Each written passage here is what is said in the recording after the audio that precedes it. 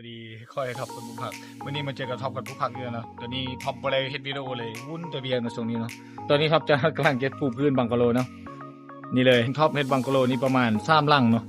ห้องน้ำของกะแล้วมาละแต่ช่วงหนึงท็อปบ่ได้ค่อยได้ถ่ายวิดีโอนะแต่มื้อนี้เขาจะมาอัปเดตเบิ่งว่าอยู่ส่วนเฮาจะมีหยังเนี่ยเอาปูพื้นไม้สักเนาะแบบนี้เนาะเอาจากไปด้านเฮาก็สิใช้เป็นสักหมดเลยทั้งหมด3หลังอยู่มันประมาณนี้เดียวลงไปนี่เนาะอันเขาจะเห็นห้องประชุมอันนั้นเขาจะเห็นคาเฟ่เนาะปรับไม้หมดเลยเนาะนี่บ่ออื่นด้านผักตรงบังกะโลนี่ก็จะเห็ดไม้เนาะส่วนบังกะโลเขาจะมี3หลังก่อนแล้วก็2หลังต่อหอเนี่ยตัวนี้ครับจะเห็นห้องประชุมเนาะอันนั้นมันจะเป็นห้องเก็บแนวพันธุ์อันนี้จะเป็นห้องประชุมเนาะทางนี้เขาจะเห็ดเป็นเติบหนึ่งอันนี้แพนเขาตัวนั้นจะเป็นเห็ดต้นไม้ตัวนั้นจะเป็นทานคาเฟ่เขาเนาะส่วนไออุ่นเขาปรับโซมใหม่ไล่เติบนี่ผมจะเป็นน่านผักเอาปรับปรุงให้ทั้งหมดเลยแล้วก็ตัวนั้นก็แม่น่านผักคุณเขาก็ปรับปรุงไว้นะ